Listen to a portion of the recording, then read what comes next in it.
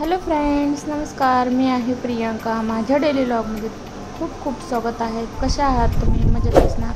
तर बघा, जर कोण नवीन असतील माझ्या यूट्यूब चॅनलला, त्यांनी सबस्क्राईब नसेल केलं तर हे बघा, अशा प्रकारे सबस्क्राईब करा आणि माझे नवीन नवीन व्हिडिओ बघत राहा. एक वाटी आपण उडदाची डाळ घेणार आहे.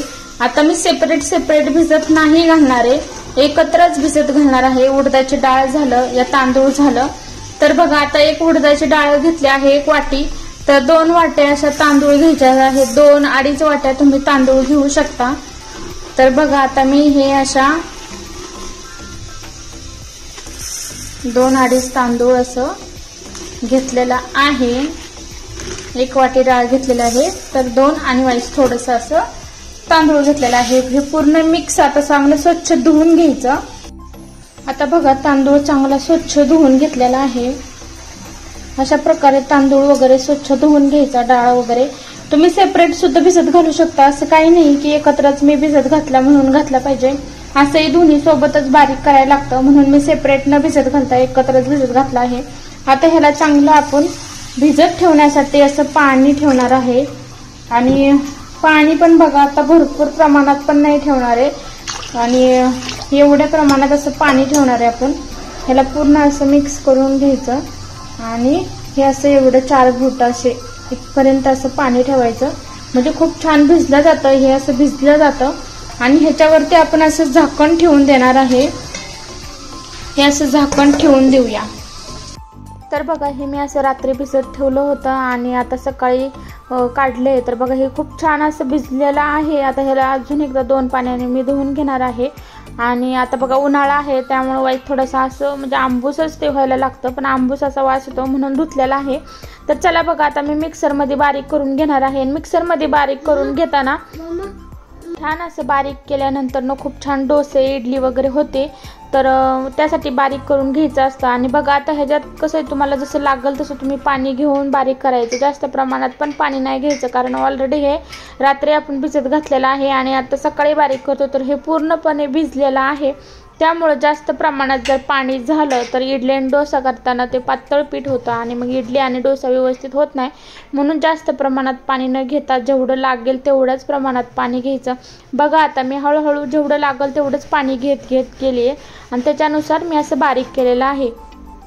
तर बघा, असं खूप छान असं बारीक करून घ्यायचं. म्हणजे चेक करायचं मध्ये मध्ये चमच्याने की कसं प्रकारे बारीक होतंय नाही होतंय. आणि जर बारीक व्यवस्थित झालं तर डोसे आणि इडली व्यवस्थित होतात. आता बघा, मी तुम्हाला सांगितलं होतं की म्हणजे इडली करताना मी आता दोन्ही भिजत सेपरेट घातले. जर तुम्हाला आता सेपरेट जर इडली डोसा, तर बघा, जर मेंदू वडा बनवायचा असेल तर उडदाची डाळ आपण सेपरेट भिजत घालायची. म्हणजे कसं की ते मेंदू वड्यासाठी सेपरेट ते तांदूळ त्यात मिक्स नाही करत, म्हणून ते उडदाच्या डाळीचेच फक्त बनवतात, म्हणून ते सेपरेट भिजत घालतात. जर तुम्हाला फक्त इडली आणि डोसा करायचा असेल तर तुम्ही एकत्र भिजत घालू शकता, नाहीतर तुम्ही सेपरेट सुद्धा भिजत घालू शकता. मी एकत्रच भिजत घालते, म्हणून तुम्ही पण एकत्रच भिजत घातलं पाहिजे असं काही नाही. तुम्ही सेपरेट भिजत घालू शकता. आणि खरंच खूप बारीक करून घ्यायचं, कारण ज्यावेळेस आपण बाहेर हॉटेलमध्ये वगैरे खातो तर तिथं बघा, त्यांच्याकडे अशी मशीनच असते की ते त्याच्या थ्रू ते बारीक करत असतात आणि खरंच ते खूपच बारीक होतं. पीठ बारीक करून घेतात. त्यामुळे आपणही घरी पण असंच बारीक मिक्सरमध्ये करून घ्यायचं. जास्त प्रमाणात जेवढं होईल तेवढं मिक्सरमध्ये बारीक करून घ्यायचं. त्यामुळे मग आप्पे करा तुम्ही किंवा डोसे करा, इडली करा, तर ते असे खूप छान मऊसूत शिजले पण जातात. आणि बारीक असल्यामुळं ते दाणेदार जर राहिलं तर ते दाताखाली येतात आणि मग ते चांगलं पण नाही लागत. म्हणून मग हे असं बारीक करून घ्यायचं.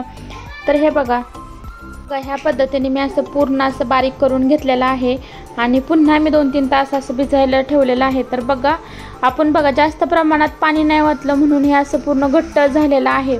तर हे असंच राहून द्यायचं जसं तुम्हाला हवे तसं. आता तुम्ही हे फ्रीजमध्ये ठेवू शकता. तुम्ही 8 दिवस सुद्धा हे पीठ राहतं.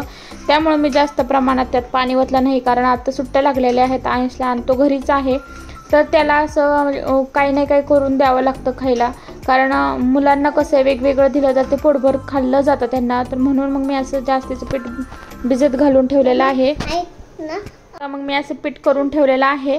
तर आता जेवढं लागेल तेवढ्याच प्रमाणात मी पीठ घेणार आहे आणि चवीनुसार मीठ टाकणार आहे आणि जेवढ्या प्रमाणात मला त्यामध्ये पाणी लागेल त्यानुसारच मी पाणी घेणार आहे। त्यामुळे मी वाटताना पण जास्त प्रमाणात पाणी घेऊन नाही केलं, कारण मग जास्त पाणी शिल्लक राहिलेलं राहतच म्हणून मी जास्त प्रमाणात पाणी न घेताच एवढ्याच प्रमाणात असं पाणी घेऊन बघा आता चवीनुसार मीठ पाणी घेणार आहे आणि त्याला पूर्ण असं मिक्स करून घेणार आहे।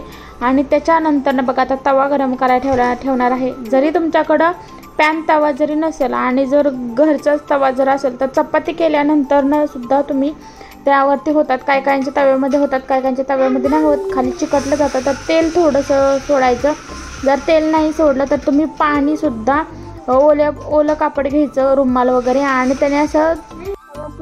त्याने असं तो तवा पूर्ण पुसून घ्यायचा आणि त्याच्यानंतर तुम्ही डोसे बनवायचे तर व्यवस्थित होतात।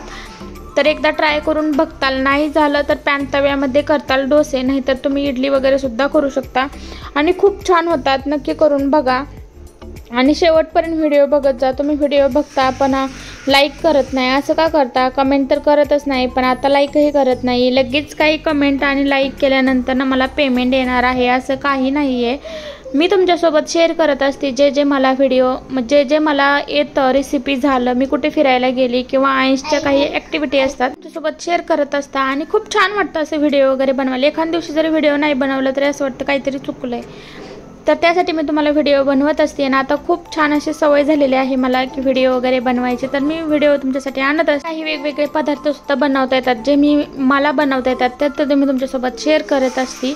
तर नक्की लाईक पण करत जा, शेअर करत जा आणि कमेंटही करत जा की कसे वाटतात व्हिडिओ। तर बघा आता तवा गरम झालेला आहे, आपण त्यामध्ये डोसे आता त्यावरती आपण डोसे करायला घेऊयात। तर बघा मी पटपट असे डोसे करून घेते आणि बघा खूप छान असे जाळीदार डोसे वगैरे होतात। आत्ता हा उन्हाळा आहे त्यामुळे खूपच छान असं भिजलेलं आहे पीठ, तुम्ही पावसाळ्यात सुद्धा असं करू शकता, पण त्याला काय होतं तुम्ही थोडंसं इनो टाकू शकता किंवा तुम्ही बेकिंग सोडा सुद्धा टाकू शकता, त्याने पण छान फुलले जातात। मी आत्ता ह्याच्यामध्ये सोडा वगैरे काहीच टाकलेला नाही, मेन म्हणजे मी आईन्सला जे पण पदार्थ बनवते त्यामध्ये सोडा इनो वगैरे असं जास्त प्रमाणात टाकत नाही, जेवढं नॅचरल त्याला देता येईल तेवढं मी असे देत असते।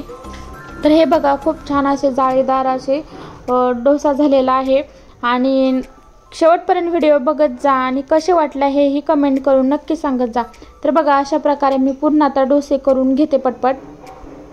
तर बघा आता मी डोसे पटपट करून घेते, पण त्याबरोबरच मी तुम्हाला अजूनही काही सांगू शकते, कारण तुम्ही ह्याच्या डोस्याबरोबर तुम्ही हिरवी चटणी खाऊ शकता किंवा तुम्ही आता इडली जरी बनवलं तर तुम्ही सांबार वगैरे बनवू शकता, ह्याच्यासोबत सुद्धा सांबार बनवू शकता। तर सांबारची काही रेसिपी आहे ती मी कशी बनवायची हे नेक्स्ट व्हिडिओमध्ये नक्की मी तुमच्यासोबत शेअर करेल। तर तुम्ही ह्याच्याबरोबर हिरवी चटणी खाऊ शकता, जे तुम्ही खोबरं आणि हिरवी मिरची वगैरे त्याच्यापासून बनवू शकता।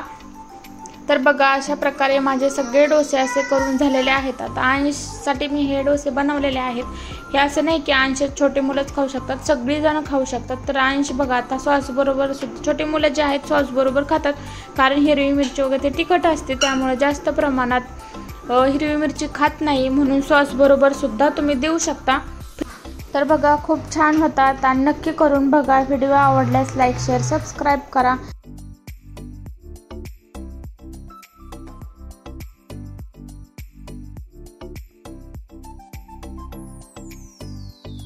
अंश कसे झाले डोसे? छान, मला दाखव इकडे बघून, कसे झाले? छान। तुम्हाला व्हिडिओ शेअर करा, चॅनलला सबस्क्राईब करा। बाय।